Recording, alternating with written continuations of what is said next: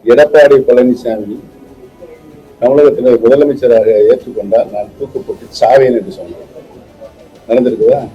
எந்த அளவுக்கு கொடுமையை நான் அனுபவிச்சிருப்பேன் 4 வருஷம். எந்த அளவுக்கு நான் 4 வருஷம் பழனிசாமி முதலமைச்சராக இருக்கும்போது எந்த அளவுக்கு கொடுமைகளை நான் சந்தித்திருக்கிறேன் என்பதை நீங்களே யூகித்துக் கொள்ள வேண்டும். ஏன்னா ஒரு ஃபேஸ் வேல்யூ ஆன தலைவராக எடப்பாடி பழனிசாமி இல்லை, மாஸ் லீடரா இல்ல. பேரறிஞர் அண்ணா அவர்கள் மாஸ் லீடர், முத்தமிழ் அறிஞர் அவர்கள் மாஸ் லீடர். சென்னையில ப்ராப்பர்ட்டிஸ் தேடுறீங்கன்னா finebhk.com போங்க. மேஜிக் ப்ராப்பர்ட்டிஸை ஏஐ உங்களுக்கு சஜஸ்ட் பண்ணும். இப்ப எப்படியாவது இந்த 10 தோல்வியை மறைக்கிறதுக்காண்டி நிறைய புழுகு மூட்டைகளை அள்ளி விட்டு இருக்காரு. எதுவுமே நடக்காது. மக்கள் மறந்து விடுகிற எண்ணத்தில் இவர் விளையாட்டு இருக்க அரசியல் விளையாட்டு. டெல்லி சென்ற போது ஒரு முன்னாள் முதல்வர், அதிமுகவின் ஒருங்கிணைப்பாளர் அப்படின்னு பார்க்காம ஒரு மத்திய அமைச்சர் காக்க வைத்து உங்களை இப்ப நடந்த 3 வருஷத்துக்கு முன்னாடி செய்தியாளர்கள் சொல்லியிருக்கீங்க. தொடர்ந்து அந்த மத்திய அமைச்சர் மேல என்ன விமர்சனம்? நானே மறந்துட்டேன்.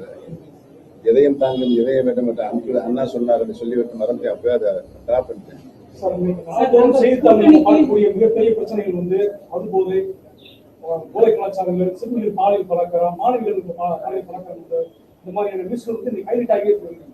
இந்த தேர்தல் வாக்குறுதிக்கு அப்புறமா, அந்த தேர்தலுக்கு அப்புறமா உங்களுடைய முயற்சியில இந்த மாதிரியான சம்பவங்களுக்கு எப்படி முற்றுப்புள்ளி வைத்திருக்கேன்னா இல்ல, சில சம்பவங்கள் ஜனநாயக நாட்டில் நடப்பது இயற்கை.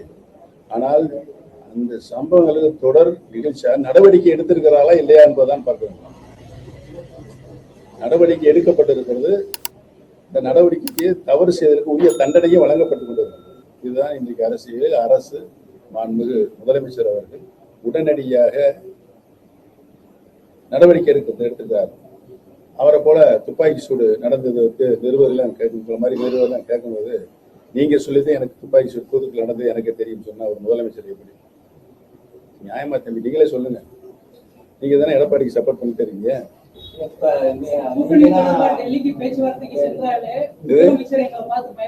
யாரு தம்பி? யாரு டிடி தினகரனா? அவர் தேர்தல் பிரச்சாரத்தின் போது என்ன சொன்னாரு நல்லா தெரியுமா? எடப்பாடி பழனிசாமி தமிழகத்தில் முதலமைச்சராக ஏற்றுக்கொண்டால் நான் தூக்கு போட்டு சாவேன் என்று சொன்னார். நடந்திருக்குதா? இப்ப என்ன சொல்றாரு? என் அருமை அண்ணன் எடப்பாடி பழனிசாமி என்று சொல்றார்.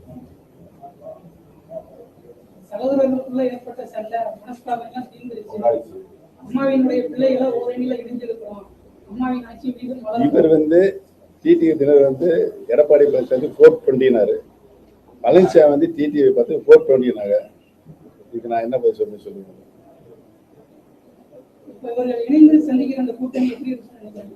இதெல்லாம் ஆக்டிங்க, நாடகத்தை ஏற்கனவே முத்தமிழ் அறிஞர் கலைஞர் சொல்லியிருக்கிறார். நாடகங்களை நான் என்றுமே நம்புவதில்லை. நம்பாதீங்க அந்த நாடகத்தெல்லாம். தேர்தல் டிடிவி தினகரன் சொன்னதுதான் ஞாபகம் இருக்கு சார். நம்ம இதுல என்னன்னா, நீங்க அந்த தொண்டர் உரிமை மீட்பு குழு வச்சிருக்கும் போது கோடநாடு கொலை வழக்கு அதை விரைந்து விசாரிக்க சொல்லி தமிழக அரசை வலியுறுத்தி ஒரு ஆர்ப்பாட்டம் நடத்தினீங்க. அதுலதான் மீண்டும் ரொம்ப நாளைக்கு அப்புறம் டிடிவி தினகரனோட கைகோர்த்தீங்க. இப்ப அந்த கொலை வழக்கு சம்பந்தமா இப்போ நம்ம முதல்வர் இருக்காரு, அதை எந்த மாதிரி வலியுறுத்துறீங்க? அதோட ரெஃப்ளெக்ஷன் என்ன மாதிரியான? நான் ஆரம்பத்திலிருந்தே சொல்லியிருக்கின்றேன். இந்த வழக்கு விசாரிக்கப்பட வேண்டும் ஆரம்பத்தில் சொல்லியிருக்கேன். உறுதியாக தளபதி அவர்கள் இந்த நடவடிக்கை எடுப்பார் என்பதை தெரிவித்துள்ளார். கொலை வழக்கு இந்த தேர்தலில் எதிரொலிக்குமா? அதெல்லாம் மக்களுடைய கையில் இருக்கு, அவர்களுடைய இதயங்கள் இருக்கு. யார் அதை செய்தார் என்பது நாட்டு மக்களுக்கு நன்றாக தெரியும். சந்தேகப்படுறாங்க. யாரை சந்தேகப்படுறாங்க? யார் அப்ப ஆட்சியாக இருந்தது? அந்த சம்பவம் நடக்கும்போது ஆட்சியில் இருந்தவர்கள் ஏன் மின்சாரத்தை துண்டிக்க வேண்டும்? இப்படி பல பிரச்சனை இருக்கு. விசாரணை வளையத்துக்குள் இருக்கிறது. நாளுக்கு நாள் இலவசங்கள் அறிவிச்சதுனால தமிழக அரசுடைய கடன் சுமை மேலும் மேலும் அதிகரிச்சு போகுதுன்னு சொல்லியிருக்காங்க. அதிமுக கடன் சுமையை காட்டிலும் இன்னைக்கு திமுக கடன் சுமை அதிகரிச்சிருக்கு. ஸோ இந்த இலவசங்களை தவிர்த்து மக்களுக்கு நல்ல கல்வி, நல்ல ஒரு மருத்துவம், இந்த மாதிரி ஆண்டு கொண்டு இருக்கின்ற மாண்புமிகு தமிழக முதலமைச்சர் திராவிட முன்னேற்ற கழகத்துடைய தேர்தல் அறிக்கை இன்னும் அறிவிக்கிறது. அந்த தேர்தலை அறிவிக்கும் போது ஆண்டு கொண்டு இருக்கின்ற முதலமைச்சர் தமிழக அரசினுடைய நிதிநிலை எந்த அளவுக்கு இருக்கிறது, என்னென்ன திட்டங்கள் அறிவித்தால் நம்முடைய நாட்டினுடைய நிதிநிலை அறிக்கை பாதிக்காது என்பதெல்லாம் ஆராய்ந்து அவர் நியாயமான முடிவை எடுப்பார் என்பதுதான் உறுதியானது. அந்த அடிப்படையில் தான் கடந்த 5 ஆண்டு காலம் ஒரு சிறந்த நிர்வாக திறனுள்ள முதலமைச்சர் எந்த திட்டத்தை கொண்டு வருகிறார், எந்த திட்டத்தை செயல்படுத்துகிறார், அந்த திட்டத்தின் மூலமாக தமிழகத்துடைய பொருளாதார வளர்ச்சி அடைவதற்கு என்னென்ன காரணிகள் இருந்து பொருளாதார வளர்ச்சி அடைந்திருக்கிறது, மத்திய ஆண்டு இருக்க மத்திய அரசினுடைய பொருளாதார நிலை 8% கீழே அத்தனை இருக்கிறது. தமிழகத்துடைய முதலமைச்சருடைய 5 ஆண்டுகால ஆட்சியினுடைய பொருளாதார வளர்ச்சி 11.08% உயர்ந்திருக்கிறது. இதெல்லாம் பார்க்கும்போது அவர் திட்டமிடுகிறார், நிதி நிலைமைக்கு ஏற்ப கட்டுப்பாட்டுகளை வைத்து திட்டமிடுகிறார், திட்டத்தை செயல்படுத்துகிறார். இது நடந்தது. அதாவது ஒரு கடன் வாங்குகிறோம் என்று சொன்னால் கடனுக்கு இந்த கடனை மூலதன திட்டங்களுக்கு செலவழிக்கும். மூலதன திட்டங்கள் என்று சொன்னால் கிரியேஷன் ஆஃப் அசெட், சொத்துடைய மதிப்பை மூலதனத்தை செலவழிக்கணும். அப்போதே நாட்டுடைய அந்த மூலதனத்தின் மூலமாக வருகின்ற வளர்ச்சி, உற்பத்தி, அதன் மூலமாக வருகின்ற மார்க்கெட்டிங்கு, வியாபாரம், வருமானம், இந்த வருமானத்தின் அடிப்படையில் பொருளாதார வளர்ச்சி நிகழ்கிறது என்பதை தெரிவித்துக்கிறேன். அதன் அடிப்படையில் தான் 5 ஆண்டுகள் ஒரு சிறப்பான ஆட்சி நடத்தி பொருளாதார வளர்ச்சியை 11.08% தளபதி அவர்கள் கொண்டு சென்றிருக்கிறார் என்று சொன்னால், கடந்த அந்த 14 ஆண்டுகளில் பொருளாதார வளர்ச்சி 10% மேல செல்லல. அந்த சாதனையை கொண்டு வந்தவர் முதலமைச்சர் ஸ்டாலின் அவர்கள். படித்த இளைஞர்களுக்கு நீங்க வேலை கிடைக்காம, படித்த இளைஞர்கள் படிச்சு முடிச்சுட்டு வரக்கூடிய இளைஞர்களுடைய வேலை இல்லாத இன்னைக்கு கூட்டிட்டு இருக்கிற சமயத்துல இந்த தேர்தல் அறிக்கையில படித்த இளைஞர்களுக்கு நல்ல வேலை வாய்ப்புக்கு உண்டான ஒரு ஸ்கோப் திமுக அரசு செயல்படுத்த உண்மையிலேயே செயல்படுத்துவாங்க. ஏன்னு சொன்னா தமிழ்நாடு இந்தியாவிலேயே படித்த பட்டதாரிகள் அதனுடைய சதவீதம் 24% இருக்கு. ஆனால் தமிழகத்தில் 52%. படித்த பட்டதாரிகள் எண்ணிக்கை 52%. நம்முடைய முதலமைச்சர் அவர்கள் சில பகுதிகளில் மட்டும் தொழிற்சாலைகள் மிகுதியாக உருவாகிற ஒரு காலகட்டங்கள் நாடு சுதந்திரம் அடைந்திருந்து இருக்கிறது. அதை பரவலாக தமிழகத்தில் இருக்கின்ற அனைத்து பகுதிகளிலும் தொழிற்சாலைகளை கொண்டு வந்து நிறுவுவதில் இப்பொழுது நல்ல பல நடவடிக்கைகளை மாண்புமிகு முதலமைச்சர் எடுத்திருக்கிறார்கள்.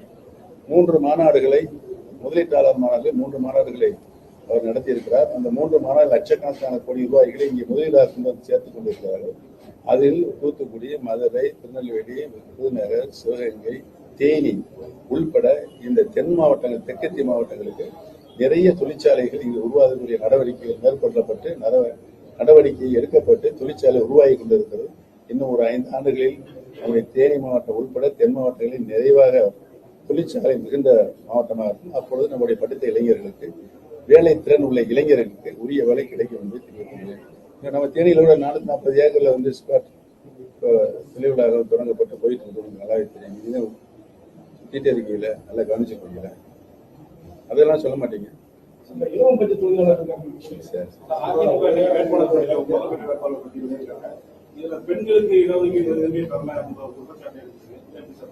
அது நீங்க எடப்பாடி பழனிசாமி தான் கேட்கணும்.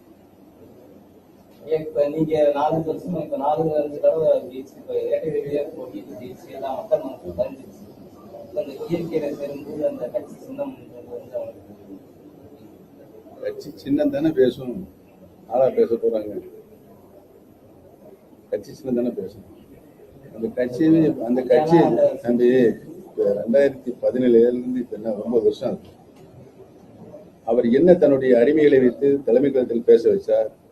பழனிசாமி பொதுச் செயலாளர் வந்தா எந்த தேர்தலில் வந்தாலும் அவர் தான் ஜெயிப்பாரு, அவருக்கு சூழ்நிலை அவர் உருவாக்குன்னு சொல்லிதான் அவர் பொதுச் செயலாளர் சொல்லி கோரிக்கை வச்சாங்க.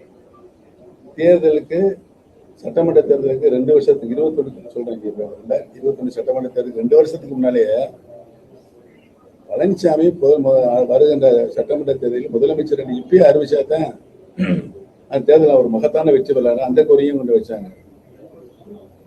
நாங்களாம் சொன்னோம், சீனியர்லாம் சொன்னாங்க, இல்லைங்க முன்னாலே அறிவிக்க வேணாம், தேர்தல் வரும்போது அறிவிச்சுக்கலாம், தேர்தல் முடிஞ்ச பிறகு அறிவிச்சுக்கலாம், கேட்க மாட்டேன்ட்டாங்க. ஏன்னா ஒரு ஃபேஸ் வேல்யூ ஆன தலைவராக எடப்பாடி பழனிசாமி இல்லை, மாஸ் லீடரா இல்லை. பேரறிஞர் அண்ணா அவர்கள் மாஸ் லீடர், முத்தமிழ் அறிஞர் அவர்கள் மாஸ் லீடர், புரட்சி தலைவர் அவரும் ஒரு மாஸ் லீடர், அம்மா அவர்கள் ஒரு மாஸ் லீடர். இவர்கள்லாம் ஒரு தோல்வி கண்டால் சந்தர்ப்ப சூழ்நிலையினால் அடுத்த தேர்தலில் அந்த கட்சியை வெற்றி வரக்கூடிய ஒரு சூழ்நிலை நிலைநிறுத்தினார்கள். அதான் வரலாறு. தலைவர் நாடாளுமன்ற தேர்தலில் தோற்றிருக்கிறார், அடுத்த தேர்தலில் வெற்றி பெற்றிருக்கிறார். முத்தமிழறிஞர் தோற்றிருக்கிறார், வெற்றி பெற்றிருக்கிறார். புரட்சி தலைவர் அவர்களும் தோற்றிருக்காரு, வெற்றி பெற்றிருக்கிறார். அம்மா அவர்களும் தோற்றிருக்காரு, வெற்றி பெற்றிருக்கார். பழனிசாமி 2012 தோல்வி அடைந்து அடுத்த தேர்தலில் வெற்றி பெற்றாரா?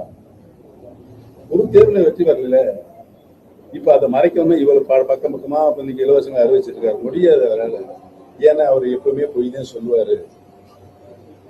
பொய் தான் சொல்லுவார். நான் ஒரு முதலமைச்சராக பொறுப்புல இருக்கிறவர் தொட்டுனா அடுத்த செகண்டே அவர் நாளைக்கு நானும் முதலமைச்சர் வந்திருக்கேன். டெய்லி 3 கவர் வரும். நாட்டுடைய நடப்புகள் உள்ள வரும். இன்னொரு கவர்ல வந்து அரசியல் கட்சியினுடைய கூட்டங்கள் நடைபெற பெறுவதற்கு வரும். எங்கெங்க சட்டம் ஒழுங்கு பாதகம் ஏற்பட்டு ஒரு கவர் வரும். இதெல்லாம் வந்து எப்ப நைட்டே வந்து சேருங்க எங்களுக்கு. அதை படித்து பார்க்க வேண்டும். காலையில் 4 மணிக்கு எந்திரிச்சு படிச்சு பார்த்துட்டு தலைமைச் செயலாளர் டிஜிபி எல்லாம் கூட்டு மீட்டிங் நடந்து நடவடிக்கை எடுக்க வேணும். அதுதான் முதலமைச்சருடைய பொறுப்பு.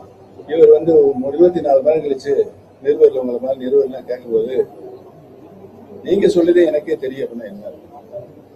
ஒரு பொறுப்பற்ற பேச்சாளர் இல்லையா? அது ஒரு முதலமைச்சர் சொல்லலாமா?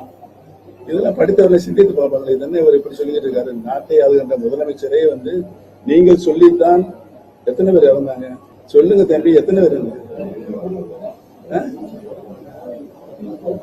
10 பேர் இருந்தாங்க. எத்தனை பேர் காயப்பட்டாங்க? 42 பேர் காயப்பட்டாங்க. நான் வந்து அவரை கூப்பிட்டேன், வாங்க தூத்துக்குடி போய் ஹாஸ்பிட்டல் போய் காயப்பட்டதெல்லாம் பார்த்து வரேன். இல்ல நான் வரல, நீங்க போய் பார்த்துட்டு. நான் தான் போய் பார்த்துட்டு அங்கே போய் பார்த்துட்டு பாதிக்கப்பட்ட 42 மருத்துவமனை இருந்த நோயா குண்டடிப்பட்டு ரத்த காயத்தை படுத்தேன். ஆறுதல் சொல்லிட்டு வந்தேன். சார், நீங்க வந்து திமுகவுல முதலமைச்சரோட பார்த்து இணைவதற்கு முன்னால் பல பத்திரிகையாளர்கள் சந்திப்புல என்ன சொல்லியிருக்கீங்கன்னா, அதிமுகவுல நான் என்ன தவறு செஞ்சேன், என்னைய அதிமுகவுல எந்த கோரிக்கையிலும் எந்த நிபந்தனைகளையும் இன்றி நான் இணைய தயார் அப்படின்னு சொல்லியிருந்தீங்க. அப்போ நீங்க சொன்னது மாதிரி எந்த கோரிக்கையுமே எந்த நிபந்தனையுமே இல்லாம சரி சொல்லிட்டு அதிமுகவுல சொல்லியிருந்தா நீங்க தொடர்ந்து அதிமுகவுல பயணிச்சிருப்பீங்க. நீங்க பயங்கரமா கனவு இருக்கீங்க.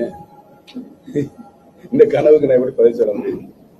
நான் எந்த தவறும் செய்யவில்லை அப்படிங்கிறது எனக்கு தெரியும், மக்களுக்கு தெரியும், உங்களுக்கு விட நல்லாவே தெரியும். அவர் வந்து அகங்காரத்தினாலும் ஆணவத்தினாலும் சர்வாதிகாரத்தையும் கட்சியையும் ஆட்சியும் தன் கைக்குள்ளே கொண்டு வந்து இறுக்கி பிடிச்சுக்கணும், யாருக்கும் கொடுக்கக்கூடாதுன்னு. பன்னீர்செல்வம் அவருக்கு முன்னாலேயே வந்து முதலமைச்சராக இருந்திருக்காரு. அவரும் பேரலா வந்து கட்சியில ஒரு நிர்வாக பொறுப்பு இருந்தாருன்னா அவர் வந்து அதை சகித்துக் கொள்ளக்கூடிய மனப்பக்கம் அவருக்கு இல்ல. சொல்லி கேளுங்க, நான் சொல்லி முடிச்சுக்கிறேன். சகிச்சு மனப்பக்கம் இல்லை. நானும் அவருக்கு முன்னாடி முதலமைச்சராக இருந்திருக்கேன். ஆனா தர்மத்தன் சின்னம்மா வந்து அவரை முதலமைச்சர் ஆகிட்டு போயிட்டாங்க. தர்மத்தன் திறக்கப்பட்டது. அப்ப எனக்கு என்ன ஆதரவு இருக்கிறது உங்களுக்கு நல்லாவே தெரியும். அது சமரசம் பேச வரும்போது அவர் முதலமைச்சராக தற்சமயம் இருந்து கொண்டு இருக்கிறதா இப்ப இணைப்பு நடைபெறுகிறது. ஆகவே அவரே தொடர்ந்து இருக்கட்டும் என்று சொன்னாலும் சரி என்று சொல்லி சரி, அதனால் வந்த வினைதான் இப்ப இது. ஆமா சார், இப்ப என்னன்னா அப்படி அவர் சரின்னு சொல்லியிருந்தா அந்த காலகட்டங்கள்ல அவர் சரின்னு சொல்லியிருந்தா இன்னும் நீங்க அதிமுகவுல பயணிச்சிருப்பீங்களா, திமுகவுக்கு போயிருப்பீங்களா? என்ன எத்தனை வருஷம் இல்லை, நியாயமான கேள்வி இருக்கு. அவருக்கு அந்த மனசு இல்லைங்க. அரைவனை மாறுபட்ட கருத்துக்கள் கொண்ட தன் இயக்கத்தில் இருக்கிறவர்கள் நிறைய பேர் இருக்கிறாங்க, எல்லா இயக்கத்திலும் இருக்காங்க. அவர்களை அரவணைச்சு சில மனப்போக்கு எடப்பாடி பழனிசாமி இல்ல, அதை தான் அதை காட்டுகிறது. நிபந்தனையற்ற ஆதரவு நான் தருகிறேன். உங்களுக்கு தெரியும், 4 மாசத்துக்கு மேல ஹோம் மினிஸ்டர் போய் டெல்லியில வந்து சந்திக்க சொன்னாரு. போய் சந்திச்சு வந்தேன். அவர் வந்து எனக்கு எந்த கமிட்மெண்ட்டும் சொல்லலை. என்னங்க ஓபிஎஸ் உங்களுடைய கோரிக்கை என்னன்னு கேட்டாரு. சார் எனக்கு எதுவுமே வேணாம், கட்சி மட்டும் அனுப்பிச்சு விடுங்க, உங்களால் முடியும்னு சொன்னேன். நான் சொன்னேன், அந்த கேட்க மாட்டேங்கிறார். என்ன செய்யறது அப்படின்ற அந்த சூழ்நிலையில் ஒரு ஹோம் மினிஸ்டர் சொல்லப்படுகின்ற பொழுது எப்படி இருக்கும் பார்த்துருக்கோம். அவ்வளவுதான். இதேதான் வந்து போன சட்டமன்ற தேர்தல் நடந்துச்சு, உங்களுக்கு நல்லாவே ஞாபகம் இருக்கும். நான் அது பல பேட்டிகளை சொல்லியிருக்கிறேன். ஹோம் மினிஸ்டர் வந்து பேசினாங்க. பழனிசாமி, நான், ஹோம் மினிஸ்டர் சந்தோஷ் 4 பேரும் பேசணும். ஹோம் மினிஸ்டர் என்ன சொன்ன, கடந்த நாடாளுமன்ற தேர்தலில் மிகப்பெரிய ஒரு தோல்வியை நீங்கள் கண்டிருக்கிறீர்கள். சாரி, நாடாளுமன்ற தேர்தலுக்கு முன்னால அவருக்கு ஒரு 20 சட்டமன்றத்தில் ஒரு 20% தொகுதியை கொடுங்க, யாருக்கு டிடி 20 தொகுதி கொடுங்கன்னு சொன்னார். அதெல்லாம் முடியாது என்றார். யாரு? பழனிசாமி. 15 தொகுதியை கொடுக்கலாமான்னு கேட்டார். முடியாண்டார். 12 கொடுக்கலாம் முடியாண்டார். 10 கொடுக்கலாமா முடியாண்டார். நீ எத்தனை சட்டமன்ற தொகுதியும் ஜெயிப்பேன்னு கேட்கறா, திரும்ப கேளு. 150 சட்டமன்ற தொகுதியில் நான் வெற்றி பெறுவேன். அப்படியா? சரி, ரைட்டு. அப்ப நான் சொன்ன டிடி தினகரன் இந்த சட்டமன்ற தேர்தலில் போட்டியிட மாட்டார். நீ 150 சீட்டு ஜெயிச்சிருவீங்கல்ல. அவர் சொல்லுகிற நபருக்கு நீங்க வெற்றியடைந்து முதலமைச்சர் ஆனதுக்கு பின்னால் 10 வாரிய தலைவர் கொடுக்கலாம்னு கேட்கிறாரு. அதுக்கும் முடியாமல், அது குறி சொல்ல முடியாதுன்னா அப்படியே எந்த பதிலும் சொல்லாம கம்யூனிஸ்ட் ஆரம்பிச்சிட்டாரு. இது நடந்தது உண்மை. நாங்கள் 4 பேர் தான் ஒரு அறைக்கு உட்கார்ந்து பேசிக் கொண்டிருக்கிறோம். காலம் கடந்ததனால் நடந்த உண்மை நான் சொல்ல வேண்டிய கட்டாயத்தினால் சொல்லிக் கொண்டிருக்கிறேன். 3 முறை அதிமுகவில் 3 முறை முதல்வராக இருந்தவர், 15 ஆண்டுகள் சட்டமன்ற உறுப்பினர், அமைச்சர், பன்முகம் 15 ஆண்டு 5 ஆண்டுகள் அமைச்சர், இதுல சட்டமன்ற உறுப்பினர், இந்த கோழி தொகுதி.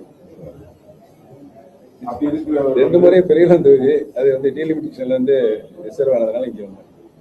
அப்படி இருக்கிறவர் திமுகவில் இணைந்து விட்டார் தாய் கழகத்தில் அப்படின்னு சொல்ற எந்த அளவுக்கு கொடுமையை நான் அனுபவிச்சிருப்பேன் 4.5 வருஷம். எந்த அளவுக்கு நான் 4.5 வருஷம் பழனிசாமி முதலமைச்சராக இருக்கும்போது எந்த அளவுக்கு கொடுமைகளை நான் சந்தித்திருக்கிறேன் என்பதை நீங்களே யூகித்துக் கொள்ள வேண்டும். சொல்ல முடியாத கொடுமைகள், வேதனைகள். கட்சி என்றால் படுபாதாளத்தில் சென்று கொண்டு போய் தள்ளி கொண்டு இருக்கிறாரு என்ற கவலை. ஒரு முதலமைச்சராக ஆக்கப்பட்டவன் திரும்பவும் உரியவருக்கே நான் கொண்டு கொடுத்திருக்கிறேன் 2 முறை. 3ஆம் முறையும் நான் கொடுத்திருக்கிறேன். எந்தவித முரண்பாடும் முரண்டு பிடிக்கவில்லை. அவர்களை பார்த்து தரக்குறையாக நான் பேசவில்லை. எனக்கு முதலமைச்சர் கொடுத்தது தரக்குறையாக பேசவில்லை. பழனிசாமி அப்படி நடந்து கொண்டாரா அரசியலில், தமிழகத்தினுடைய அரசியலில்? நீங்கள் யூகித்தை பார்க்கணும். தம்பி, நீங்க ரொம்ப சப்போர்ட் பண்ணீங்கல்ல, நடந்திருக்காரா? சொல்லுங்க, சத்தம் போட்டு சொல்லுங்க. இவர் சொல்ல நடந்திருக்காரா? சொல்லுங்க. இப்படி ஆட்டுறீங்களா, இப்படி ஆட்டுறீங்களா? சொல்லுங்க தம்பி, நம்மளுக்கு தானே பேசிருக்கோம்.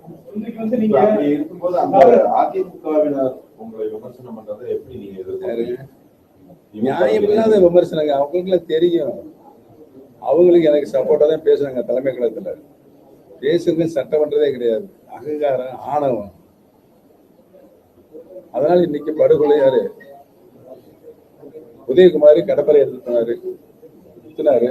பாம்பட்டி எடுத்து போய் பழனிசாமி அள்ளியில் குழியை போட்டு மூடிட்டாங்க. ஒரே வார்த்தையில சொல்லணும். திராவிட கொள்கை கோட்பாடுகளுக்கு நீங்க இணைந்து கட்சியில் இணைந்திருக்கீங்க. ஒரு அரசியல் பயணம்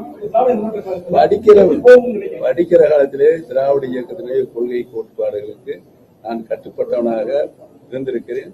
நடவடிக்கையில் இருந்திருக்கிறேன். நீங்க நல்லா தெரிஞ்சுக்கணும். நான் கல்லூரி வாழ்க்கையிலும் சரி, மற்ற வாழ்க்கையிலும் சரி இருந்திருக்கிறேன். எங்களுக்குள்ள ஒரு வந்தது. இப்போது எனக்கு தாய் கணக்கில் நான் இணைந்திருக்கிறேன். ஏன்னு சொன்னால் இன்னைக்கு நடைபெற்றுக் கொண்டிருக்கின்ற மாண்புமிகு முதலமைச்சர் அவர்கள் அனைவரையும் அரவணைக்கின்ற போக்கில் அனைத்து மக்களையும் ஒரு தாய் மக்களாக பாவித்து ஒரு சிறப்பான ஆட்சியை ஜாதி வித்தியாசம் இல்லாமல், மதங்கள் வித்தியாசம் இல்லாமல், மதசார்பற்ற இயக்கத்தினுடைய தேர்தல் கூட்டணிய தலைவராக இருந்து கொண்டு பல தேர்தல்களை சந்தித்து வெற்றி கண்டிருக்கிறார்கள். இந்த தேர்தலிலும் அவர் கொண்ட கொள்கைக்கு மாபெரும் வெற்றி கிடைக்கும் என்பதை தெரிவித்துள்ளது. கடந்த தேர்தலில் உங்களை எதிர்த்து போட்டியிட்ட வேட்பாளர் பக்கத்தில் இருக்காரு. எதிர்த்து போட்டியிட்ட வேட்பாளர் பக்கத்தில் இருக்காரு. இந்த தருணத்துல 2 பேரும் சேர்ந்து நல்ல நண்பர்கள், முன்னாடியே நண்பர்கள், இப்போவும் நண்பர்கள், எப்பவும் நண்பர்களாக தான் இருப்பாங்க. அது ஒரு அரசியல் நாகரிகம். சென்னையில ப்ராப்பர்ட்டிஸ் தேடுறீங்கன்னா finebhk.com போங்க. மேஜிக் ப்ராப்பர்ட்டிஸை ஏஐ உங்களுக்கு சஜஸ்ட் பண்ணும். மின்னம்பலம்.com தமிழின் முதல் மொபைல் பத்திரிகை.